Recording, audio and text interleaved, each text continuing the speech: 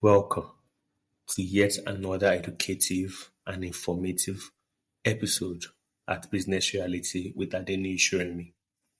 My goal is to help you achieve success in agribusiness and to ensure that you get stability and value for every second you spend listening to any of my episode. Do not forget to follow me on Spotify and YouTube to get more episodes or follow my website adenishuremi.com.ng to get access to my newsletters. I'm hoping that at the end of this episode, you're going to be getting value for every second you spent here. I'm grateful for your support and I expect more support. Thank you so much for your time. Enjoying the episode. Today, we'll be discussing another topic that is very important in the whole series of what you should know before venturing into agribusiness, right? What are the things you need to know before venturing into any of the agricultural value chains that are out there, right? So over the past couple of weeks, I've talked about various secrets that helps ensure that you don't waste great resources in trying to achieve your dream, right? But instead, whatever money you're investing, there's a value point coming from it, right? So I've talked about the farming secrets, input provision secrets, agri-tech secrets. So I've talked about these three secrets, things you need to know in case the agri-tech is where you're going to, you want to be working on tech, the tech part of agriculture, yes, beautiful, already addressed that secrets, right? Things you need to know in those places. Well, if you're going for input provisions, you want to be selling inputs like fertilizers, chemicals, seedlings, seeds, and other farm equipment and material resources, right? You want to sell all of that, right? Then, of course, I've also talked about what you need to know particularly about our space that will help you decide whether to venture into the business or not. Then, if you want to go into the farming proper, like you want to be farming proper, either raising livestock or tilling the ground or whatnot, everything in between, yes, I have spoken about the secrets you need to know in that space as well. And all those secrets are things that once you know them, you're going to be able to succeed very well within the sector. Now, they are not exhaustive, so it means that there are things that you could still know. Of course, it's your entire duty to gather as much information as you can gather, because sometimes the way Mr. A puts his explanation is quite different from the way Mr. B put his explanation. And at the end of the day, the summary is whichever makes you understand the whole conversation better is the one you would pick to learn from. It's just like having various version of a single document. So that's that. Today we'll be talking about processing and value addition, right? Secrets, right? We're going to be looking into the secrets that binds the processing and value addition in the agricultural space. So I'll take it slow. I'm going to run it down gradually. I've got a very limited time to spend on this, so I'll appreciate if you can follow me very well and understand as much as you can within a very short, limited amount of time, yes.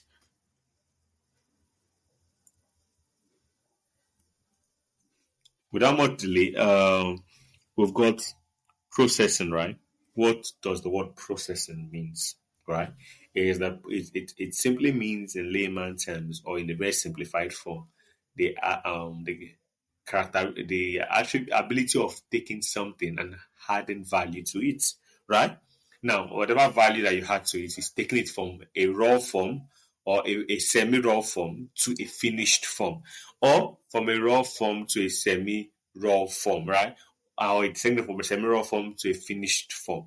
So that's what processing is all about. Now, the processing means that you're applying certain principles, certain methodologies, or certain processes that will convert whatever it is you're processing, right? So it's in a word, you can say it's a continuous time processing. It's an activity that is ongoing on products. So when you talk about processing in the agricultural sector, you're talking about the continuous activities that trails certain products in the agricultural sector that takes from one form to another, right? That's listen. And when you talk about value addition, is a simple form of making something more than it originally was. So you can talk about value addition in agriculture, solid minerals, and many other aspects, right? It's just simply adding value.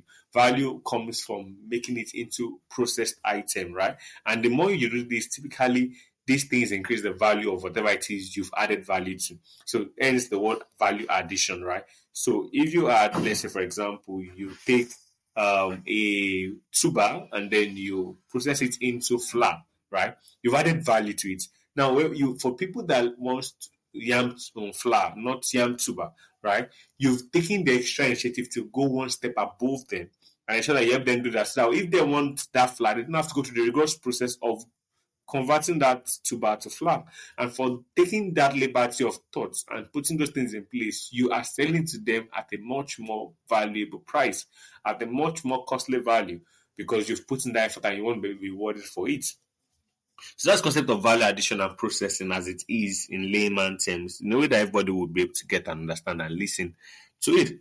Now, outside all of that, right, what's the difference between, right, farming as an occupation and value addition or processing as a space in the agricultural sector? What differentiates these two things? Whether you're farming or you're adding value, what differentiates them? So this is it, right? Just consider it as raw and unraw, or raw and semi-raw, or raw and finished product level. So farming is all about producing the raw commodities that are being consumed as food. Now, some of these raw commodities go on to be sold as direct food materials that are used to cook several dishes, right? For example, when you harvest beans, you literally harvest these and then you beat it up, you sieve it, and then you sell, right? You bag and sell. So literally, you've not done anything special in the process of from harvesting to consumption, right? Other than the fact that it moves through transport from one location to another. We'll talk about logistics and supply. By the way, I didn't have that part of secret I'll be sharing, but of course I could do it as bonus if time permits. So basically, now that's what happens when you're selling beans, right? From harvest to sales. But then there's some people that pick that beans, take peels it, right? Separates the peel from the main cowpea or beans itself, dry the beans, then grind it, and then they make it into flour. And that flour is what you buy and make all sorts of things there, bean cake and the rest, right? That's value addition. So you can see that from just a single bean, right? I've explained that the farming and consumption of it as a different source. That's farming and sales. Now, and then I've talked about the value addition. Someone has picked up and had value to it. So that's between farming and value. Farming commodities are often bulky and affordable compared to press items which are less bulky and less affordable. But then, what the heck? It depends on what you're looking for, right? If you're looking for something that will make your work faster, then you go for process. You want something that is you're going to spend all your time and then do everything again. Of course, go for the raw material. So farming is just the fundamental. It's more like the production stage of everything. But then value addition is the processing and manufacturing stage of those production, right? You convert them and manufacture something better out of them. So it is the industrialization stage of the agricultural sector. That's where the value addition and processing falls into. Why? The production stage is what farming falls into. And of course, I would always say that any day, any time, processing would always beat the margin on farming, right? Value addition will always beat the value on margin on farming. That's why many countries, including Nigeria right now, are trying their best to have a lot of international players in the cocoa space, the cocoa value chain, cashew value chain, or sesame value chain, oil palm value chain, come and erect a factory system in Nigeria. Because then, whenever we sell raw materials, whether you're selling from the village, each time you sell raw material from the village down to the city, you're selling off the future of that village or that local community into the city, right? Because those things go to the city and they create jobs. Why? You're extracting that job from the village. Those things should have been a job for the local community, for the villages. But when you sell to the city where it is being purchased and consumed or processed, then you're selling them possibility of making job in the city while you're extracting those jobs from the village. But imagine if those processing line comes to the village and the place is right there on the farm or close to the farm, then it's going to provide job in that local communities and resources and money, and it's going to uplift their standard of living in that environment generally. So that's the same thing the federal government is trying to do by alluring all international bodies that have one or two things to buy from Nigeria to set up plants in Nigeria so that they can either take it from out of Nigeria at a processed state or semi-processed state, so that way some job would have been created from the production of that thing primarily. Similarly, in our crude oil as well, until Dangote refineries, we have been selling crude, which is the raw form of the product, and then we buy refined petroleum spirits, right? And then we spend money and then we go to subsidy drama and all of that. So that's how it is. There's the difference between farming and value addition, and the difference largely is that one of them is a production state, while the other is an industrialized state. And the industrial state always brings more value, more money, more reward than the production state. And that's the truth as much as possible. Now, what does it take to add value, right? It takes you understanding who you're trying to serve, right? Except you understand the market you're trying to service, adding value will be a very tough choice for you. And you need to be very clear. If there's a market for what you want to do, by all means go for it. But if there's no market, why do you want to produce what you want to produce, right? You see, what they say is the law of inertia. Everything will keep going except being stopped by something, right? Or things would stop at something except if once it's being pushed, it won't move. Something can be moving and then it won't stop on something stops it, right? So if you want to produce, let's say, a processed form of beans or what they call it, yam flour, or you want to produce egg powder, right, which comes from egg, which is not very common in Nigeria, right? But then it's a common thing outside the country where egg has been converted to flour, and it's usually being done the most in period of gluts when eggs are in abundance, so that they can preserve the eggs. But now in Nigeria, it's not really a very promising thing. Like you don't hear a lot because of it's not our ways, right? So of course, all this processing in themselves, right? You can't just go into it and do it without knowing that someone is out there that's going to be actively buying it. So you want to do your market survey, you want to do your SWOT analysis, you want to check what the market is willing to pay for the value of what you want to produce, all those things. You want to also look into your marketing mix, right? Your marketing mix, your 5 Ps. You want to look into it. People, place, price, products, and promotion, right? People, place, price, right? And product and promotion. You want to look at all of those 5 Ps, right? If you don't know what 5 Ps are, please go to my podcast and search for the marketing mix, 5 Ps of marketing, the 5 Ps of marketing, right? In an agricultural product or something. Yeah, go search for it on my podcast. You will see the 5 Ps. I'm not going to be talking about the 5 Ps today because that's not the point, right? The point here is to help you understand value addition and processing as a concept. But then, of course, except you understand the marketing mix, you're not going to be able to thrive successfully as much as possible. And that's the first secret you need to know. Marketing mix is very cogent and important to your success overall as much as possible. And now, going into the secret of succeeding in value addition or processing as a value chain. Now, that the marketing mix, as I said, is the first thing you need to know. You have to understand it by heart, right? Because the way you set up the project, the way you interact with the market, the way you eventually move your product and make sales and then make margin and profit is all in your marketing mix, right? As much as possible. It talks about your HR, your human resource, the customer you're dealing with, the price you're giving to them, the place where you're instituting your business, and the promotion you need to put in place, and or even the product itself. How good is it? These are things that matter, and that's secret that you would do well to remember is that when you're talking about value addition and processing, you need to start small. That's the second secret. You need to always start small. Do not bite more than you can chew. You see, there's some sectors that drain money, right? Processing is one of them. Land drains money, no doubt, right? No cap. But then, by the time you start talking about processing as a line, every day drains money, every day.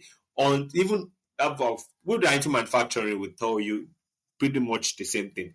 Manufacturing, processing, value addition is costly. It is not a cheap exercise in any way you want to put it. So you want to start small because you're still testing the waters. You want to be sure of how it's going to feel for you. Is it going to be a profitable venture for you? Yes or not? You want to be sure of all of these things before you expand into it. And then you put things. The second thing there is that you have to keep your business lean, right?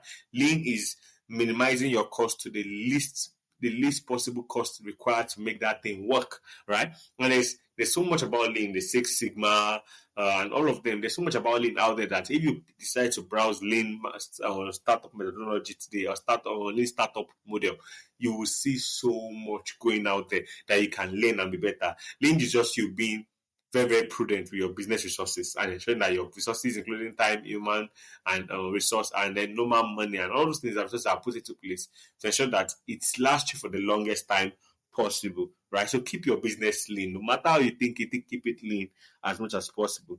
Now, out of 1 to 5 Ps, right? I talked about 5 Ps. I say people, place, price. then product and promotion. Now you see the place there. Oh God, it's so very, very important. So very key important. It's a key factor you can't afford to joke with.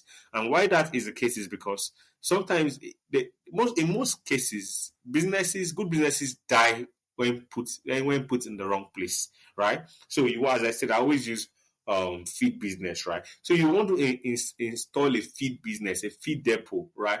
But then you could not look for anywhere else to install it, only for you to go and install it in a place where there is no poultry farm near the place at all. Like up to 4 mile radius round that place, there's no single poultry farm. Even up to 10 mile radius, there's no single poultry farm. Now there's no good accessible road to where you are to ensure that people can come and buy a depot rate from you, depot rate from you. So these are things that are very, very important. You want to institute your business at an important intersection between your customers' radius, right? So if your customers are within, let's say, maybe a 20-minute radius area, you want to look for the center of that place and install your stuff there. But finding a place that have a little bit of good amenities. See, now Nigerians can have a lot of terrible amenities, right? You look for a place that has manageable amenities in place, and then you look for the best place. You install yourself there. That's the place. Now, it may take a while, but people will gradually take notice of you. If you decide to invest into the promotion part of the marketing mix, then of course you have rapid sales and move out first. But if you don't have that, being at the right place alone is enough marketing in itself to ensure that you grow. So the place in the marketing mix is cogent and very important that you don't trivialize it or joke with it. Now, avoid every competitive landscape, right? Don't say because, this place, there's so much potential here for this particular thing to thrive. Don't go and jump into every competitive space, particularly if you're not a veteran, right? There are some people they call veteran in business that they've, by years and years of skill and development, they are now exceptional at what they do. And it doesn't matter where you put them, they just thrive irrespective. Now, except you're a veteran in what you do, please avoid competitive landscape. You don't want to go there. You will kill yourself faster than you can start, right? Because you're dealing with a lot of big league guys and they know what they are doing and they are willing to tear you down. So please, always avoid competitive landscape. Look for places where your market is present, but then the competitive landscape is low. And so you can be able to thrive, breathe, and expand. You're still going to go back to where the competitive landscape are, but you go back there when you to yourself, you can be considered a competitive person or competitive business in the place. You have a certain level of market share that can guarantee you sales and as much as possible. And if you do your thing right, you don't even need to go there. But that's it. And that is my next point, that you have to learn to expand cautiously, right? Expansion is how you grow your business. You're not going to become a billionaire, millionaire, trillionaire, whatever it is that you're aiming for without expansion, right? You need to expand your width, expand your coverage, right? So of course you want to expand cautiously. When I mean cautiously, I mean you start with places that have least competitive landscape and then you plant your stuff there. However, don't plant independent system. No, plant closely connected system to ensure that where you started from is central to all of those places. And that's you expanding cautiously until those sub places begin to grow exponentially so they can stand alone as much as possible. Now, outside that, what other things do you need to know? Right? Documentation is key. As much as possible, documentation is very key because from beginning to the end, it's a business of paper. It's a business that has to do with a lot of documenting, right? You don't want to joke with it. Make sure you document everything that you are doing part time, all your resources allocation, all your customer database, and everything that you go through, document them because it's very, very key. You want to know how you're growing, how you're expanding, how things are moving for you, where there are loopholes you want to block out. Now, documentation shows you all those things, and even more when time for investment comes, it's your documentation that saves you and put you above every other person that's considered, so you can get funded and expand. Remain flexible, right? If you're not flexible, then learn to be flexible. After you are not flexible, then remain so, because flexibility is how you thrive. A lot of people go into business and they are so rigid that eventually they crumble, and that becomes the end of their own business. Now, these are several steps. I've shared you 1, 2, 3, 4, 5, 6, 7, 8, 9 secrets you need to know when you're going into processing, or if you're going to processing and value addition. It's very, very important that you don't joke with them, because at the end of the day, they determine and they matter to the success of your agribusiness in its entirety. Of course, there are so much things you still get to know, but then these are to give you an open mind understanding of what these things are all about. But then, of course, if you're in that sector, fine, this would make a lot more sense to you. But if you're not there, it's just about going there, you may need someone to hold your hands through that place. Look for mentors around you, people that are been in the sector. It should be, let us tell you one or two things. Doesn't matter what part of the sector they've played in. As long as they've had measurable experience there, they are willing to guide you, and they can definitely guide you into success. And that's that basically. So for this particular episode, this is where it comes to an end. Thank you so much for listening. See you in another 1 week time, where we'll be talking about the next secret from what you need to know before venturing into any part of the agribusiness value chain. Thank you so much.